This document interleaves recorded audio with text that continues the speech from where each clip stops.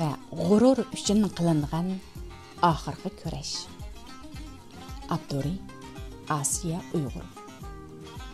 Ular bizni qullarga aylantirib o'tmoqchi edi.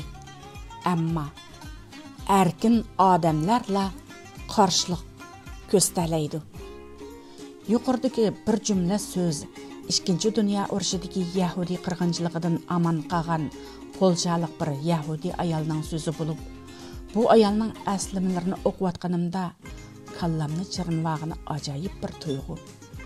Meni hayron qoldirgani tarixlarning takrorlanishi, menga umid bergani qarshilik ko'rsatish imkonidan butunlay ayirib etilgan Yahudilarning hayot mamatlik kurashga qahramonlarcha otlanishi. O Yahudi ayol aslimizda mundaq deydi. Polshaning Varshava shahri osmonida jiddiy signal ovoz anglandi. Chirkov qo'ng'iroqlari jaranglab, ko'chalarda mashinalar, odamlar o'z o'rnida to'xtashib sukutda turishdi. Butkul shahar buningdan 70 yil avvalgi 19 aprildagi Yahudilar qarshilik harakati uchun ta'ziya va hurmat bildirib 1943-yili 4-oyning 19-kuni Polshaning Yahudilar rayonida 750 nafar Yahudi fidoisi ig'ir tipdagi qurollar bilan qurollangan, yaxshi tarbiyalangan muntazam bir Germaniya askarlariga qarshi kurashni boshlagan. Bu Yahudi jangchilari Germaniya natsistlar bilan bir oy jon tikib kurash qilgandan keyin 16-mayga kelganda bu qarshilik harakati Germaniya askarlari tarafidan bostirilib 56,000 Yahudi qo'lga olingan va ularning ichidagi 7,000 Yahudini o'ldirib, qolganlari jazo lagerlariga qamalgan. Ayni yillari bu Yahudi ayol shahid 14 yosh bo'lib, yeshi kichik bo'lgani uchun bu harakatdan chekindirilgan va aman qolgan. Bu ayol mundaq deydi: Biz Germaniya askarlariga uqtirib qo'yganimiz yo'q. Balki is tutaklarga uqtirib qo'ydik. Agar o'zim qaro qilishga mumkin bo'lsa edi, men cho'qim u yerda qilib jang qilgan bo'lardim. Chunki qarshilik harakati Yahudilarning faxri bo'lib, biz bu harakatimiz orqali natsistlarga bizning ular arzu qilgan usulda o'lmaydiganligimizni jakarladik. Bu ayol shu qatimliq qarshilik harakatida aman qolgandan keyin ma'lum bir jazo lageriga qamalgan va Ikkinchi dunyo urushi oxirlashgandan keyin lagerdan aman esan chiqib Isroiliyaga qaytib yangi hayotini boshlagan. U yana mundaq deydi: Mening do'stlarimning hammasi o'zlarining qimmatli hayotini taqdim qildi. Hech kim ishqilinib boqmadi. Ularning bundaq fidokorlik ko'rsatilishi dal bizning hur yashayolishimiz uchun edi. Men o'zimni azaldan bir ziyonkashlikka uchirg'uchi deb o'ylamayman. Chunki men izchil qarshilik ko'rsatib keldim. Natsistlar bizni qulga aylantirmoqchi bo'lishdi.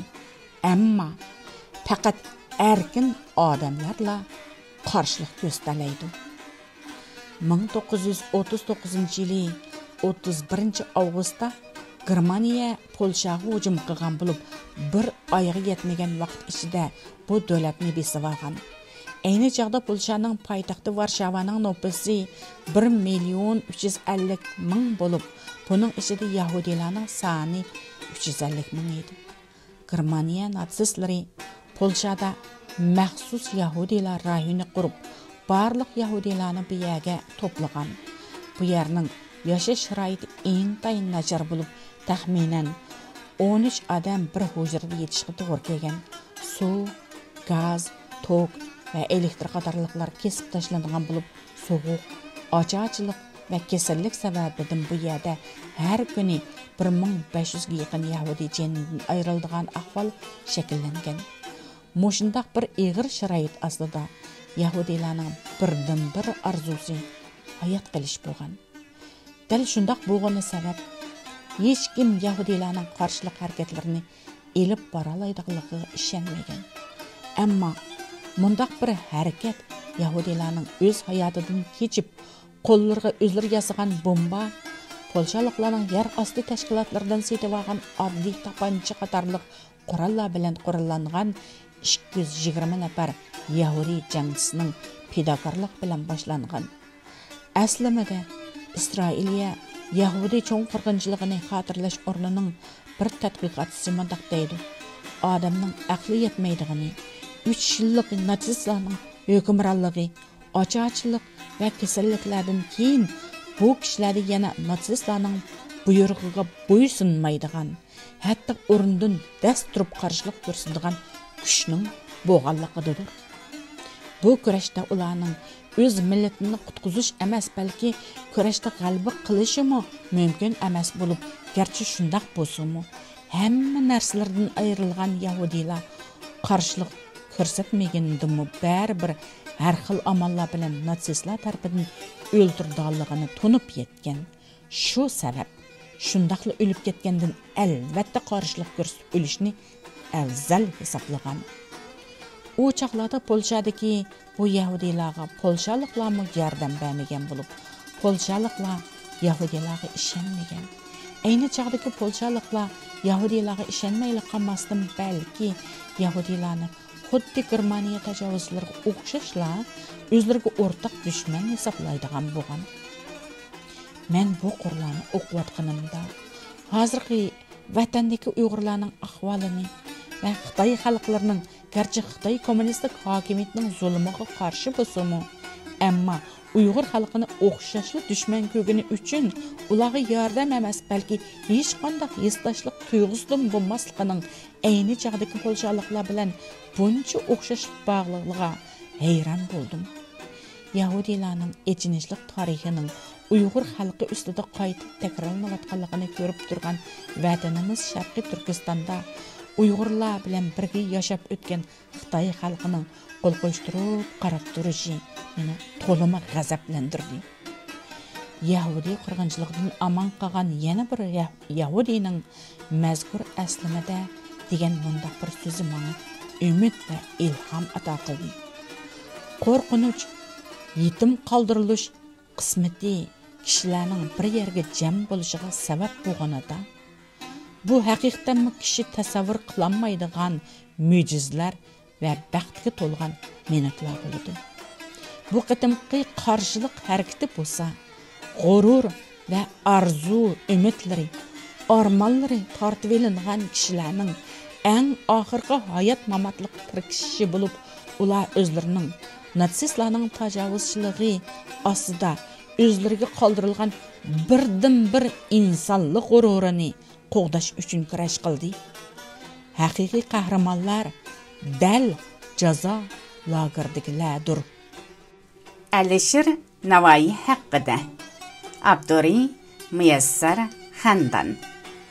Kichik vaqtlarimda tug'ilgan kunni bek muhim bilatdim.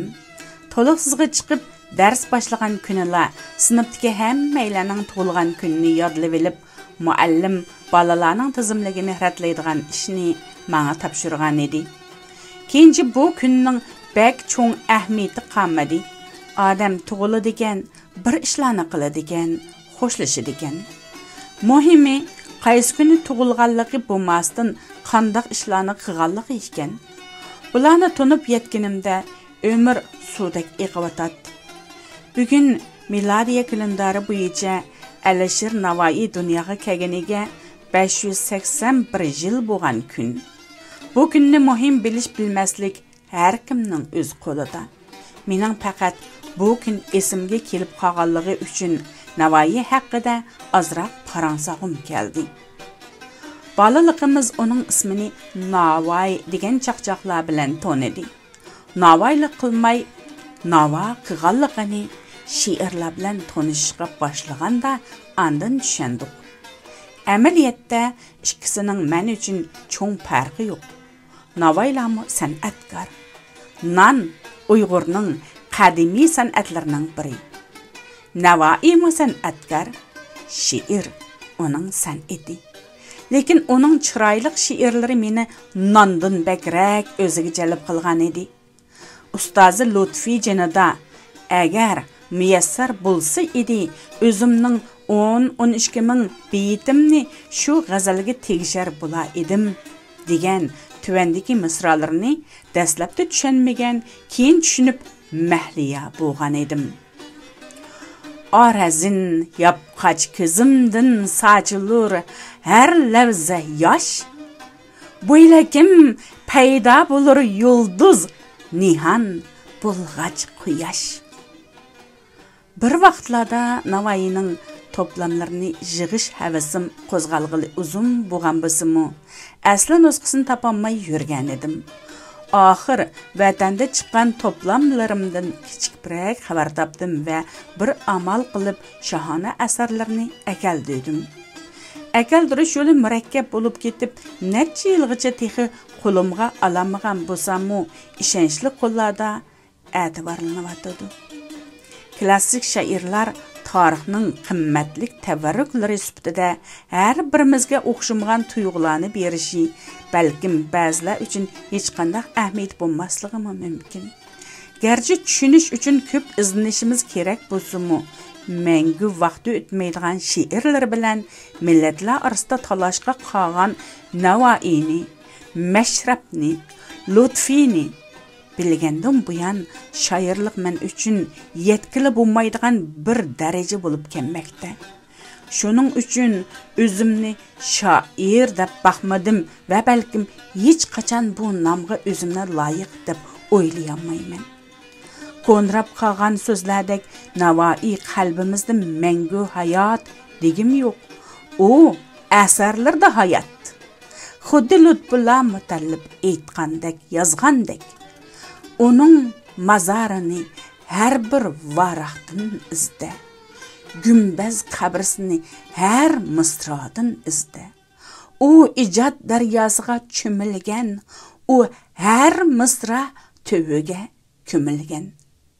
Lutfullo Mutallib ta'siratimdan.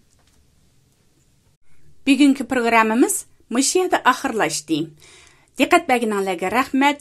Ko'rishguncha aman bo'linglar, aziz qarindoshlarim.